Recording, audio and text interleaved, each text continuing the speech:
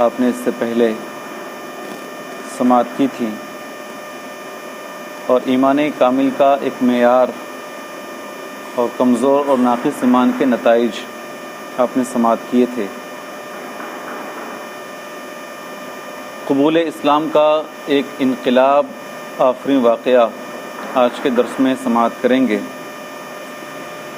سہیل ابن عمرو کو کسی نے بتایا کہ تمہارے 2 بیٹوں ابو جندل اور عبداللہ نے اسلام قبول کر لیا ہے۔ سہیل ابن عمرو کو کسی نے بتایا کہ تمہارے 2 بیٹے ابو جندل اور عبداللہ نے اسلام قبول کر لیا ہے۔ یہ سنتے ہی ان کے تن بدن میں آگ لگ گئی۔ وہ فوراً بیٹوں کے پاس پہنچے، پہلے تو انہیں خوب مارا، پھر زنجیروں سے جکڑ دیا۔ کچھ وقت بعد انہیں ایک اور اطلاع ملی کہ تمہاری 2 شادی شدہ بیٹیوں سہلہ اور ام کلثوم نے بھی اپنے شوہروں سمیت اسلام قبول کر لیا ہے۔ یہ سہیل ابن عمرو کو یہ خبر ملی کہ تمہارے 2 بیٹوں نے اسلام قبول کر لیا، دونوں بیٹوں کو بہت مارا، زنجیروں سے جکڑ دیا۔ اس کے بعد اطلاع ملی کہ تمہاری 2 بیٹیوں نے اپنے شوہروں سمیت اسلام قبول کر لیا۔ اب تو وہ آگ بگولا ہو گئے، ان سب پر مظالم ڈھانے لگے، یہاں تک کہ ظلم سے تنگ آ کر ان کے بیٹے عبداللہ ابن سہیل رضی اللہ تبارک و تعالیٰ عنہ موقع پا کر حبشہ کی طرف ہجرت کر گئے۔ ابو جندل رضی اللہ تعالیٰ عنہ صلح حدیبیہ تک باپ کی سختیاں برداشت کرتے رہے۔ حضرت عبداللہ رضی اللہ تبارک و تعالیٰ عنہ بھی کچھ عرصہ بعد حبشہ سے واپس آ گئے اور پھر باپ کے شکنجے میں پھنس گئے۔ سہیل ابن عمرو کو نہ اپنے بیٹوں کی کوئی پرواہ تھی نہ بیٹیوں کی۔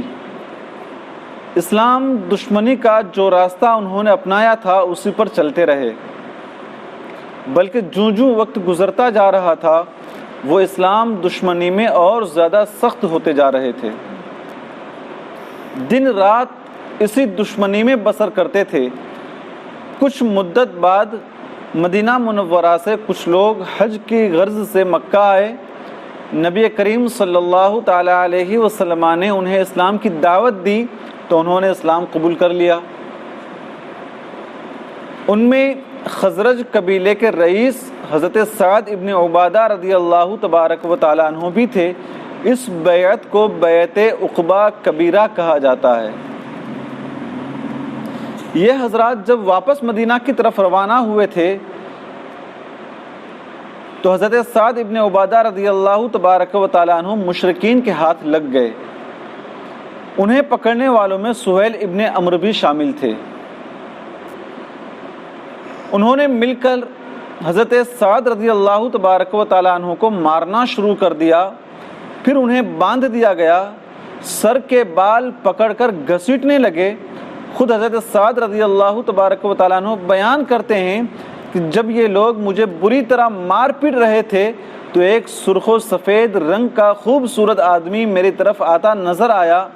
میں نے خیال کیا یہ شخص معقول ہے، ضرور مجھ سے ہمدردی کرے گا، مجھے ان کے ظلم سے نجات دلائے گا، لیکن میرا خیال غلط نکلا، وہ بھی انہی کا ساتھی تھا بلکہ ان سے زیادہ سخت ظالم تھا۔ اس نے آتے ہی میرے منہ پر اس قدر زوردار تھپڑ رسید کیا کہ میرا منہ گھوم گیا۔ ایک روایت میں منہ پر گھونسا مارنے کے الفاظ ہیں۔ اب میں نے جان لیا کہ ان لوگوں میں کوئی خیر نہیں ہے۔ آخر ایک مشرک ابو البختری بن ہشام کو میری حالت پر کچھ ترس آیا، اس کی مدد سے میں اس ظلم و ستم سے نجات پا سکا، لیکن جس کے بارے میں نے یہ گمان کیا تھا کہ وہ مجھ پر ترس کھائے گا، اس نے الٹا اور ظلم کیا تھا۔ اور یہ کون تھے؟ یہ وہی سہیل ابن عمرو تھے۔ 2 ہجری میں غزوہ بدر پیش آیا۔ سہیل ابن عمرو بڑے جوش کے عالم میں دوسرے مشرکوں کے ساتھ مسلمانوں سے جنگ کرنے کے لیے گئے، لیکن بدر کے میدان میں قریش کو شکست فاش ہوئی تو اب یہی سہیل حضرت مالک ابن وخشم رضی اللہ تبارک و تعالیٰ عنہ کے ہاتھ قید ہو گئے۔ جب وہ حضور صلی اللہ تعالیٰ علیہ وسلم کے سامنے لائے گئے تو انہیں دیکھ کر حضرت عمر رضی اللہ تبارک و تعالیٰ عنہ کا خون کھول اٹھا۔ آج وہ شخص ان کے قبضے میں تھا جس نے سال ہا سال مسلمانوں پر ظلم کے تیر برسائے تھے، زبان سے بھی آگ کے شعلے اگلے تھے۔ انہوں نے حضور صلی اللہ تعالیٰ علیہ وسلم سے عرض کیا، اللہ کے رسول، اگر اجازت ہو تو میں سہیل کے اگلے 2 دانت توڑ دوں تاکہ اس کی تقریر کی قوت جاتی رہے۔ دراصل یہ زبردست قسم کے مقرر تھے، اپنی تقریر سے لوگوں کے جذبات میں آگ لگا دیتے تھے۔ سیدنا عمر رضی اللہ تبارک و تعالیٰ عنہ کی بات سن کر رحمت عالم صلی اللہ تعالیٰ علیہ وسلم نے فرمایا، نہیں عمر، ایسا نہ کرو، اللہ نے اسے خطابت کی جو صلاحیت عطا فرمائی ہے، شاید کبھی تمہیں اس سے فائدہ پہنچ جائے اور تم خوش ہو جاؤ۔ اس کے بعد نبی کریم صلی اللہ تعالیٰ علیہ وسلم نے سہیل سے فدیہ لے کر انہیں آزاد کر دیا۔ غزوہ بدر کے بعد سہیل غزوہ احد اور غزوہ احزاب میں بھی قریش کے ساتھ مسلمانوں سے جنگ کرنے کے لیے آئے، لیکن ہر بار انہیں منہ کی کھانا پڑی۔ مسلسل ناکامیوں کا بھی ان پر کوئی اثر نہ ہوا، بدستور اسلام دشمنی میں لگے رہے۔ 6 ہجری میں رسول اللہ صلی اللہ تعالیٰ علیہ وسلم 1400 صحابہ کرام رضی اللہ تبارک و تعالیٰ عنہم کے ساتھ عمرے کا احرام باندھ کر مکہ کی طرف روانہ ہوئے۔ قریش کو معلوم ہوا تو انہوں نے مسلمانوں کو روکنے کی تیاریاں کر لی۔ حضور صلی اللہ تعالیٰ علیہ وسلم کو قریش کے ارادوں کی خبر ملی تو آپ نے مکہ سے ایک منزل ادھر حدیبیہ کے مقام پر پڑاؤ ڈال دیا اور قریش کو پیغام بھیجا کہ ہم جنگ کے ارادے سے نہیں آئے، ہم تو صرف عمرہ کرنے آئے ہیں۔ اس مقام پر کفار سے ایک صلح نامہ لکھا گیا، اسی کو صلح حدیبیہ کہتے ہیں۔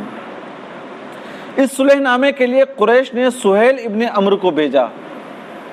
سہیل ابن عمرو کا نام بار بار آپ دیکھ رہے ہیں شروع سے، ان کے 2 بیٹوں نے اسلام قبول کیا، پھر بیٹیوں نے، داماد نے اسلام قبول کیا، پھر جنگ بدر میں آئے۔ صلح حدیبیہ کے موقع پر بھی صلح کے لیے یہی آئے سہیل ابن عمرو۔ سہیل ابن عمرو نے اس موقع پر بھی بہت سخت رویہ اختیار کیا۔ ان کے بیٹے ابو جندل رضی اللہ تبارک و تعالیٰ عنہ خود کو کسی طرح زنجیروں سے چھڑا کر نبی کریم صلی اللہ تعالیٰ علیہ وسلم کی خدمت میں پہنچ گئے۔ انہوں نے اپنے بیٹے کو زنجیروں سے جکڑا تھا، ابو جندل کو، حضرت ابو جندل کو، کسی طرح وہ زنجیروں سے چھوٹ کر حضور کی بارگاہ میں آ گئے۔ سہیل ابن عمرو نے صلح نامہ لکھنے کی شرط لگا دی کہ پہلے ابو جندل کو ان کے حوالے کیا جائے، اس طرح انہیں واپس ان کے حوالے کرنا پڑا۔ اس موقع پر ابو جندل رضی اللہ تبارک و تعالیٰ عنہ دھاڑے مار مار کر روئے۔ آپ صلی اللہ تعالیٰ علیہ وسلم نے انہیں صبر کی تلقین کی اور فرمایا، بہت جلد بہتر نتیجہ ظاہر ہوگا، فکر نہ کرو۔ غرض یہ کہ اس وقت تک بھی سہیل ابن عمرو کا ظلم اسی طرح جاری رہا۔ آخر 8 ہجری میں مکہ فتح ہوا۔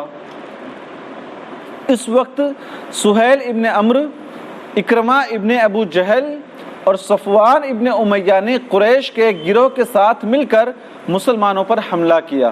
فتح مکہ کے موقع پر حضرت خالد بن ولید رضی اللہ تبارک و تعالیٰ عنہ کے دستے نے انہیں اپنی تلواروں کی باڑ پر رکھ لیا۔ بہت سے کافر قتل ہوئے، باقی بھاگ نکلے۔ بھاگنے والوں میں سہیل ابن عمرو بھی تھے۔ یہ اپنے گھر جا چھپے۔ اب وہ اپنے بیٹے ابو جندل رضی اللہ تبارک و تعالیٰ عنہ کے پاس گئے، اسی ابو جندل کے پاس جن پر کئی سال سے برابر ظلم کرتے رہے تھے۔ ان سے کہا، اے میرے بیٹے، جیسے بھی ہو محمد صلی اللہ تعالیٰ علیہ وسلم سے میری سفارش کرو، میری جان بخشی کراؤ۔ اب تو مکہ فتح ہو گیا نا، اب تو ان لوگوں کے ہاتھ چڑھیں گے تو یہ لوگ چھوڑیں گے نہیں، یہ سوچ رہے تھے وہ لوگ۔ تو جس بیٹے ابو جندل پر سالوں سے ظلم کرتے رہے تھے، ان کے پاس جا کر کہا کہ جا کر کے محمد صلی اللہ تعالیٰ علیہ وسلم سے میری سفارش کرا دو۔ ابو جندل رضی اللہ تبارک و تعالیٰ عنہ باپ کا ظلم بھول گئے، نبی کریم صلی اللہ تعالیٰ علیہ وسلم کی خدمت میں حاضر ہوئے اور التجا کی، اللہ کے رسول، میرے والد کو امان دیجیے۔ حضور کے اخلاق تو اخلاق تھے ہی، لیکن حضور کے صحابہ کے اخلاق بھی دیکھیں آپ۔ جو باپ سالوں سے زنجیروں میں جکڑ کر رکھا تھا، ظلم کی چکیوں میں پیس رہا تھا، اس باپ کو بھی آج معاف کرنے پر تلے ہوئے ہیں۔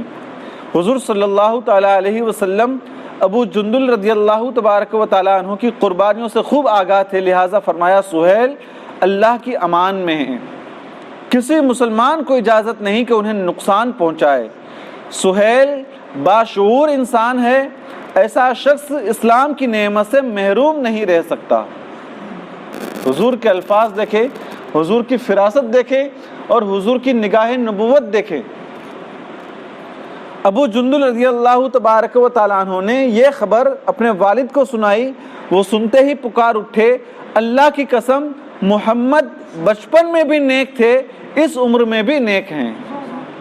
پھر سہیل ابن عمرو رضی اللہ تبارک و تعالیٰ عنہ آپ کی خدمت میں حاضر ہوئے اور اسلام لے آئے۔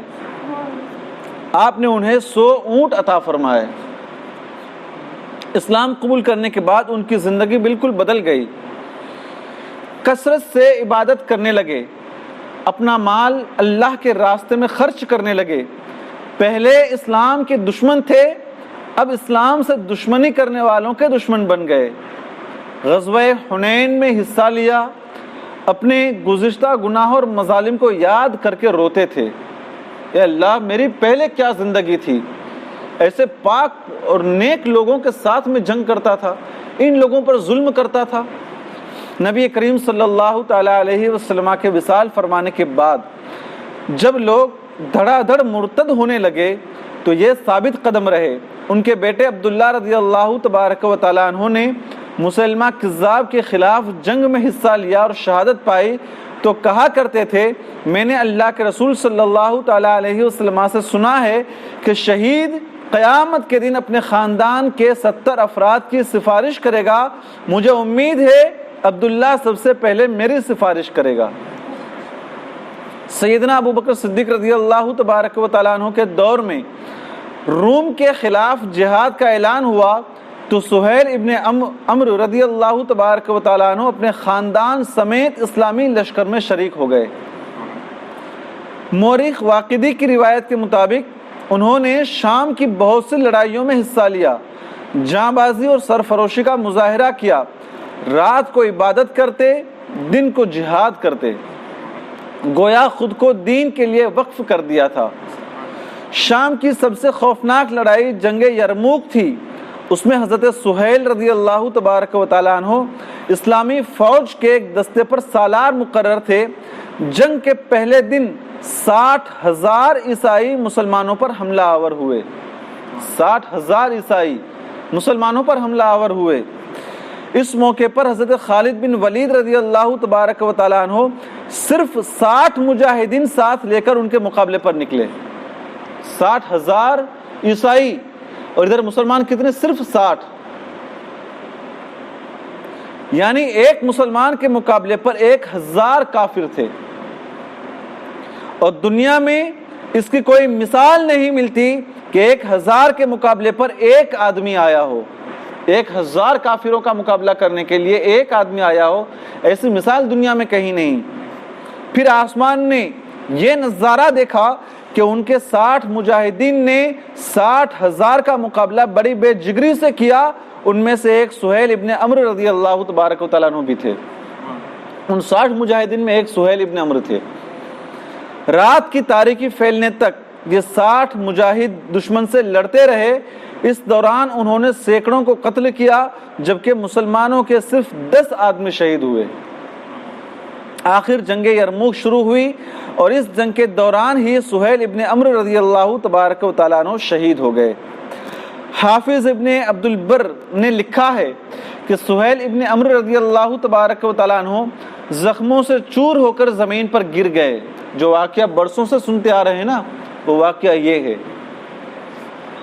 سہیل ابن عمرو جنگ یرموک میں زخموں سے چور ہو کر زمین پر گر گئے۔ اس حالت میں انہوں نے کہا پانی پانی۔ ایک مجاہد دوڑ کر پانی لے آیا، انہوں نے پیالہ منہ سے لگایا ہی تھا کہ اسی وقت نزدیک سے ایک زخمی مجاہد کی آواز سنائی دی، پانی۔ انہوں نے فوراً پیالہ منہ سے ہٹا لیا اور فرمایا پہلے میرے بھائی کو پانی پلاؤ۔ ان کے پاس پانی لے جایا گیا تو تیسری آواز سنائی دی، انہوں نے بھی کہا پہلے میرے اس بھائی کو پلاؤ۔ پانی جب تیسرے کے پاس لایا گیا تو وہ دم توڑ چکا تھا۔ پانی پلانے والے ساتھی جلدی سے واپس پلٹے تاکہ دوسروں کو پلا دیں۔ وہاں پہنچے تو وہ دم توڑ چکے تھے۔ یہ سہیل ابن عمرو رضی اللہ تبارک و تعالیٰ عنہ کے پاس پہنچے تو ان کی روح بھی پرواز کر چکی تھی۔ ایک روایت میں یہ ہے کہ اس طرح پانی 7 آدمیوں تک لایا گیا اور 7 دم توڑ گئے، یعنی پانی پانی کرتے دنیا سے رخصت ہو گئے، لیکن مرتے وقت بھی دوسروں کو ترجیح دیتے رہے۔ پہلے میرا بھائی، آج ہمارا حال کیا ہے؟ پہلے مجھے مل جائے، چاہے کاروبار ہو۔ دیکھیں، اگر ہمارا کوئی بھائی ہم سے کم قیمت میں اگر سودا کر رہا ہے تو اس سے کم قیمت میں ہم سودا کر کے اس کا سودا کینسل کروا دیتے ہیں۔ ہوتا ہے ایسا۔ پہلے میں کما لوں، پہلے میرا نام ہو جائے۔ نیاز وغیرہ میں بھی دیکھیں آپ، پہلے مجھے مل جائے۔ لیکن ان لوگوں کا حال دیکھیں، پہلے میرا بھائی، اپنے بھائی کو ترجیح دیتے تھے۔ آپ کی شہادت کے بارے میں مشہور روایت وہی ہے جو ابھی ذکر کی گئی، تاہم مورخ ابن سعد کے مطابق حضرت سہیل رضی اللہ تبارک و تعالیٰ عنہ نے 18 ہجری میں طاعون سے وفات پائی تھی۔ اللہ کی ان پر 1000 بار رحمتیں ہوں۔ محمد کی محبت دین حق کی شرط اول ہے، اسی میں ہو اگر خامی تو سب کچھ نامکمل ہے۔ محمد کی غلامی ہے سند آزاد ہونے کی، خدا کے دامن توحید میں آباد ہونے کی۔ محمد کی محبت آن ملت شان ملت ہے، محمد کی محبت روح ملت جان ملت ہے۔ محمد کی محبت خون کے رشتوں سے بالا ہے، یہ رشتہ دنیاوی قانون کے رشتوں سے بالا ہے۔ محمد ہے متاع عالم ایجاد سے پیارا، محمد ہے متاع عالم ایجاد سے پیارا، پدر مادر برادر مال جان اولاد سے پیارا۔ اللہ تبارک